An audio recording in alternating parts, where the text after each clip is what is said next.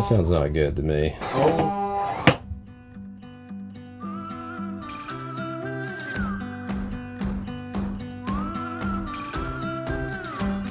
What's up, fellow journeyers? So I don't know if you're anything like me, but I still get jitters when I tow the fifth wheel. Now granted, this is the longest break we've ever had with this rig. It's been 5 months since I've towed this because, you know, we're still living in it when we're here, but we went to Alaska, we went out west with a Class C. Am I gonna tow this correctly? Am I gonna forget something? Is my mind gonna forget this is behind me and I'm gonna like run over the mailbox on the way out of here? We are probably gonna make mistakes, but the goal of this video is to go through sort of the checklist of what we do before we leave and then what we feel and what we go through and our emotions while we're leaving for a road trip, especially when we haven't taken a road trip in something like this for a while. Now, step number one when it comes to towing something like this is we try to get done any project we think that is like a multiple step or requires special supplies or multiple trips to the store. You know, put in the Activa water filter, tweak the couches. One upgrade that we didn't show last time because it wasn't quite ready, we actually love these doors. Marissa's thrilled about this upgrade, but we upgraded the doors in the master bedroom of the fifth wheel. So it's kind of hard to even see yourself in a full-length mirror. You have to kind of like get over to the side and try to look anyway. They're just kind of heavy, and I just wanted something maybe to spruce it up in here a little bit. And this is my brother Mason, and he changed out the bunk room sliding door. He built that door, and that was I think the very first thing we did in this solitude. When you'd walk in, you would see a mirror, and I'm like, I want a barn door. So Mason built the barn door, and then I was like, do you think you could build us closet doors like that too? Even after he had twin baby boys just recently, he still got the doors done. So that's brotherly love right there. Well, let me add to, I think Marissa has a door fetish because... A door and pillow fetish. I'd agree with that. So far, it's been pretty smooth. I don't want to like jinx it, but absolutely nothing could go wrong here. I say it's an easy fix because Mason's the one that built them, so it was easy for me. And you'll see these a lot in RV, so we're gonna pop these off and see what we got. So this is my little brother, but he's also, you're not so little, are you? Yeah. Not Anymore. Mason cannot do an Airstream. 6'6". Can you fit in the fifth wheel? Can you stand up? Yeah. I hit my head on the doorway into your bedroom, but other than that,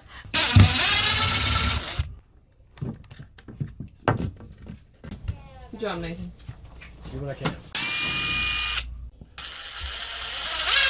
let it shift with it. If you're curious on the weight of the doors, we're not going to show the actual weight that's on the scale, but I'm going to hold. Now, it's not going to be totally fair because this one has hardware on it and the other one doesn't, but so we've got the new hardware on this door. Wow, this door must weigh like 40 pounds. That's terrible. So remember that number. Oh, we almost made it. Okay, so this one is almost 3 pounds heavier without the hardware. So, okay. Well, I mean, we're not saving a ton of weight. We're going to save, I don't know what, 6 to 7 pounds total probably on both doors. That's 6 or 7 shirts. That is 6 or 7. That's not what I meant to say. Ooh. The gap at the top is way narrower than the gap at the bottom, and so we've got to adjust these to make up for that gap difference.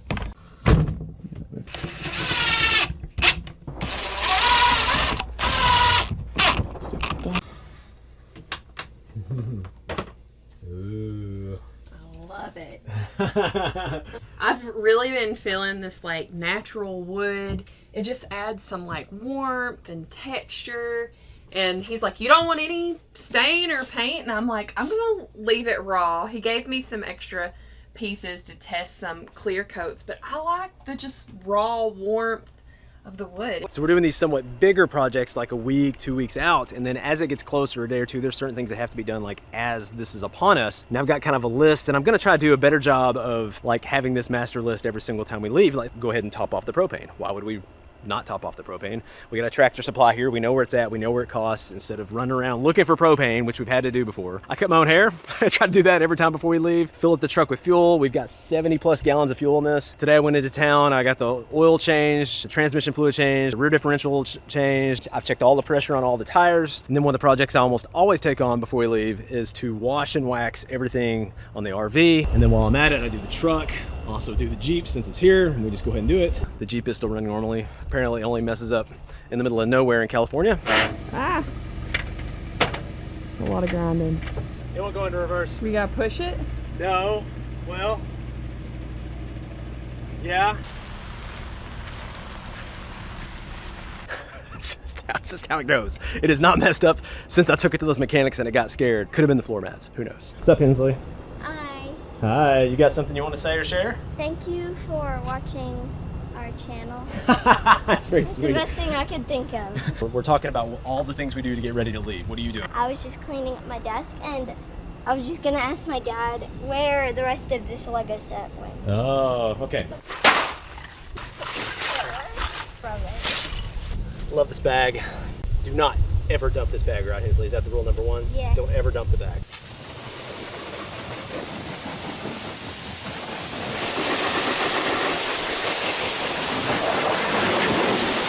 So as Nathan preps the outside, I prep the inside. It's not that we can't do these things on the road. It just makes it so much easier when we're here in this place. So I've been working on washing everyone's sheets today because it's much easier to do that here when I have access to my mom's washer and dryer at her house versus having to find a laundromat on the road. I always do a deep clean on the RV, have all the laundry done. But I hate putting laundry away. I don't care to wash it. Cleaned out the shower today, cleaned the glass doors, cleaned the walls. This is Nathan's desk. Hensley has wrote him little post-it notes. It says, "Hi Dad, love you." And Nathan always hangs her post-it notes up. You know how people have pictures at their office, or they always write each other post-it love notes. Nathan will write her one and leave it beside her bed, and she wakes up and finds it in the morning. They have this really cute little post-it love letters going. It's adorable. One time when Nathan and I had just gotten married, he had 52 post-it notes all over the house of 52 reasons why he loved me, and I still have that. Post-it notes are kind of special in our family. This is the one by Hensley's bed. She edited a video, and so Nathan left her a little "I'm proud of you" note for her video she edited. Hensley's job was to clear her desk. You're playing Legos.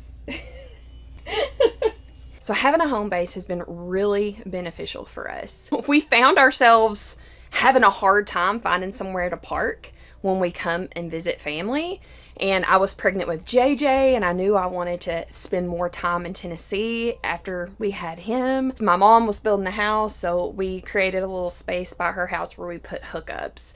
It's been so beneficial for our family. I think there's a lot of pressure when you travel full-time that, you know, you have to travel 365 days out of the year and never return home. I'm here to tell you that you can mix and match this lifestyle however fits your family style. JJ is crazy about my mom, and they've gotten really close because she lives right here. You know, I got to get up and have coffee with my mom this morning in the morning. It's just been really good for our family.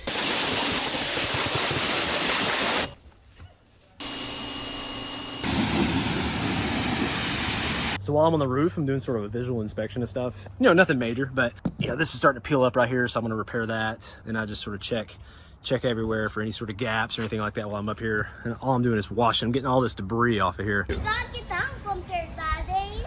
What's that, buddy? You gotta get down from there, Daddy. Why? Why do I need to get down? Like, I want you to get down. Well, I gotta wash the roof. I'm washing the roof off. This thing is so awesome.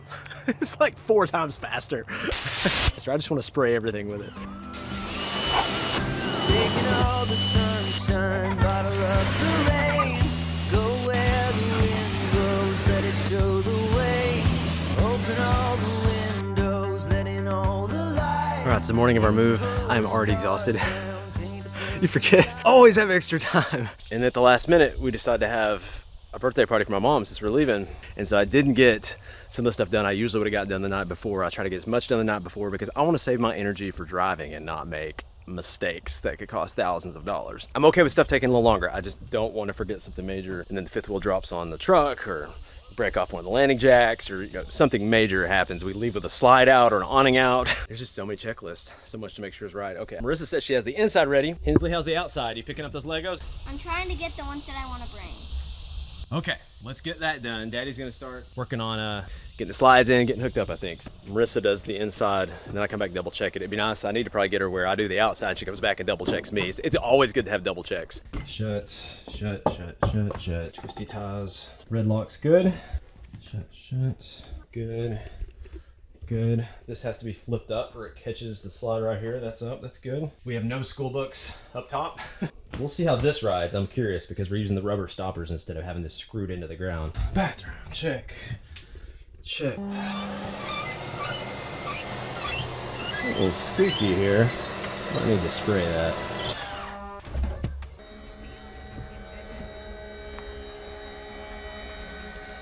I did the whole thing where it levels wrong again. It's been so long. When we first picked it up, I did that too. Well, first time doing retract all, it's scaring me. It's going all the way down right here. Good not. That's scary. Oh my goodness. Did the downward dog, Marissa?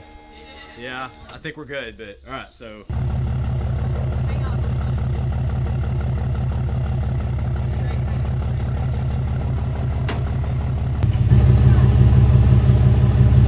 That's on.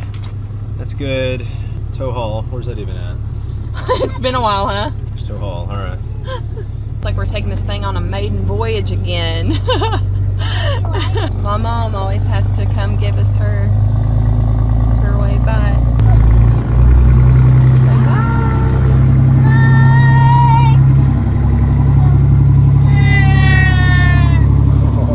I know. Probably one of the hardest parts of travel, isn't it? Is saying goodbye. We actually get really close to family because we spend so much time with them. I feel like before RV life, we were just so busy that just living this lifestyle is, kind of slowed us down a little bit. So we really get to immerse ourselves when we see family, when we come back to the home base. So we get really attached. We spend a lot of quality time, and our kids, get a lot of grandma and grandpa time and aunts and uncles. So it's just, but it's always hard saying goodbye too.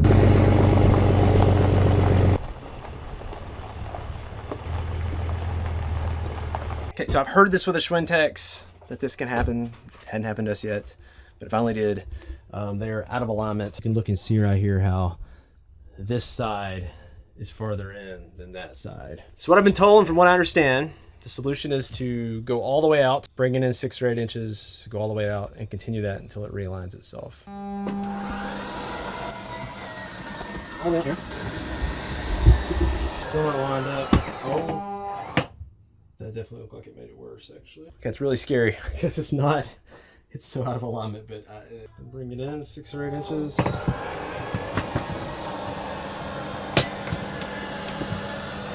That sounds like that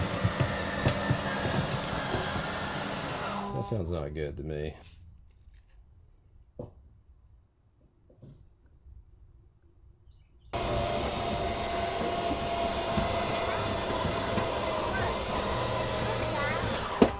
Good news, if it's gonna break, now's the time to do it because we are literally on our way to the RV capital of the world.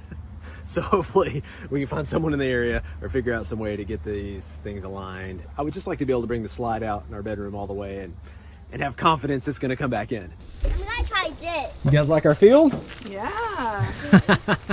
We looked into, there's actually a Walmart here in the town, I think just a few minutes down the road that we could have done, but why would we stay in a Walmart parking lot when we could have a little bit of privacy? So. And stay in the parking lot of a pizza place. We absolutely love any time we can hit a harvest host.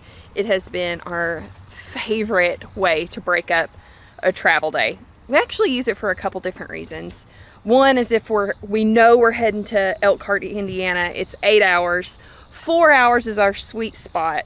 So we found Seymour Brewing and Pizza, and I read the reviews and they're like, great pizza, large gravel parking lot. I'm like, you have a customer. The second reason we use it is if we're needing to have a day where like we can't find a reservation and it doesn't start. So if we need to fill a day, sometimes we'll find a harvest host in the area, like a farm or something like a museum where we can kind of spend the day and wait till our reservation opens up. Anytime you can stay in the parking lot of a pizza place that has good pizza, why not? I think it sounds incredible. You want some pizza? Uh-huh. Yeah. All right, Hensley, I want you to guess where we're going next. Where do you think we're going? A jumping place? Maybe I shouldn't let you guess. You're gonna guess way too high. It's cold. Ice cream? Yes. Yes. It wasn't enough that we had pizza, Lemonade. entertainment, a place to park for the night. You can walk to an ice cream shop that's right here too. And we saw that coming in and we're like, okay, we're gonna go do And that. the big spoon. Whoa, look at that. Oh my goodness, look at this. I can see why they've been around since 1949. Professional ice cream stackers. Right? That's awesome.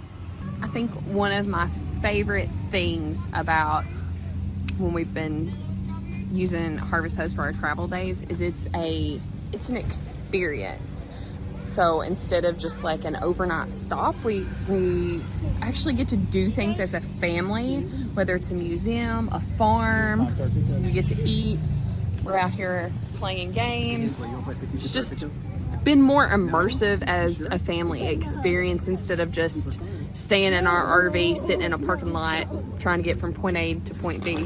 So you can tell this is just like a local spot. Just really kind of gets you out there more, gets you kind of immersed in the culture a little bit. It's just been a really cool experience. So to be continued on the slide/bed issue. But you know, a road trip is not a road trip without some issues. And if you want to see another video of us sort of having this gap and leaving on a road trip where it almost felt like the first time, we're making all kinds of mistakes, we're learning on the fly as we go, you'll definitely want to check out this video where a couple of years ago we left in our open range fifth wheel and it's almost like we forgot how to RV. Well, that's our journey for today. Until next week, we'll catch you guys later.